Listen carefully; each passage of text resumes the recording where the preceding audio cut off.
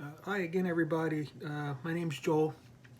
Um, this is my second video. It's August 3rd, 2020. Um, Supposed to be working now. But in any case, there's a couple things that I wanted to read um, in relationship to people claiming that the United States is racist because of slavery. The first thing I want to read is from Gordon S. Wood from his book, The Radicalism of the American Revolution. The copyright date on this book is 1991. I got it from Amazon.com. I needed it for a class that I was taking. So what he says, this is on page 186 in part 2 of the book on republicanism. One obvious dependency the revolutionaries did not completely abolish was that of nearly 500,000 Afro-American slaves, and their failure to do so, amidst all their high-blown talk of liberty, makes them seem inconsistent and hypocritical in our eyes.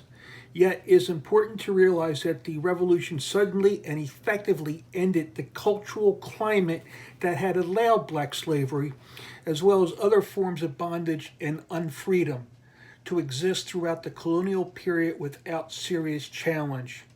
With the revolutionary movement, black slavery became excruciatingly conspicuous in a way that it had not been in the older monarchical society, with its many calibrations and degrees of unfreedom. And Americans in 1775-76 began attacking it with a vehemence that was inconceivable earlier. A little bit further down, he goes on to say, now, however, the Republican attack on dependency compelled Americans to see the deviant character of slavery and to confront the institution as they never had to before. It was no accident that Americans in Philadelphia in 1775 formed the first anti-slavery society in the world. As long as most people had to work merely out of poverty and the need to provide for a living, slavery and other forms of enforced labor did not seem all that different from free labor. But the growing recognition that labor was not simply a common necessity of the poor, but was in fact a source of increased wealth and prosperity for ordinary workers made slavery seem more and more anomalous.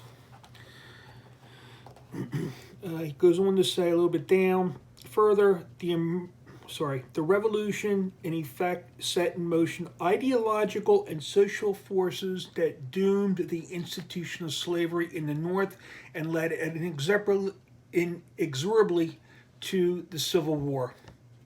Okay, so this is Gordon S. Wood. Again, the book is The Radicalization of the American Revolution. I read parts of this book, not all the way through. I only read the parts that I needed to for the class. I should really go back and read it. And then there's something else I also wanted to read. Go forward in time. This is June 26, 1857. This is the speech that Abraham Lincoln gave on the Dred Scott decision. And what I'll do is I'll leave a link to that below in the description. And for anyone who is not aware of this or would like to read the Supreme Court decision, or the speech in its entirety, I should say, not the decision. So Lincoln says, because I do not want a black woman for a slave, I must necessarily want her for a wife. I need not have her for either. I can just leave her alone. In some respects, she certainly is not my equal, but in her natural right to eat the bread she earns with her own hands without asking leave of anyone else, she is my equal and the equal of all others. Lincoln isn't saying that he's better than a freed slave. Lincoln is saying that she might be better than him. So if someone says they're not my equal, that doesn't necessarily mean they think they're better than you. I got news for you. None of us are equal. There's people viewing this that I'm not equal to. There's people viewing this that they're not equal to me. None of us are equal in our experiences in life, our knowledge, our IQ, how we live, our likes, our hopes, our dreams. None of us are equal. This thing with the left where they want to legislate equality, everyone's got to be equal. We got to have a rainbow, all this crap. It's BS. Pure and simple. Equality is not something that you can legislate. Okay? I am never going to be equal to my neighbor. My neighbor is never going to be equal to me. But that doesn't mean that we don't have an equal opportunity to make a good life. But I think you get the point. So I just wanted to bring that up, that some of those quick quotes. Questions, comments, please leave them below. And I look forward to hearing what you all have to say. Take care.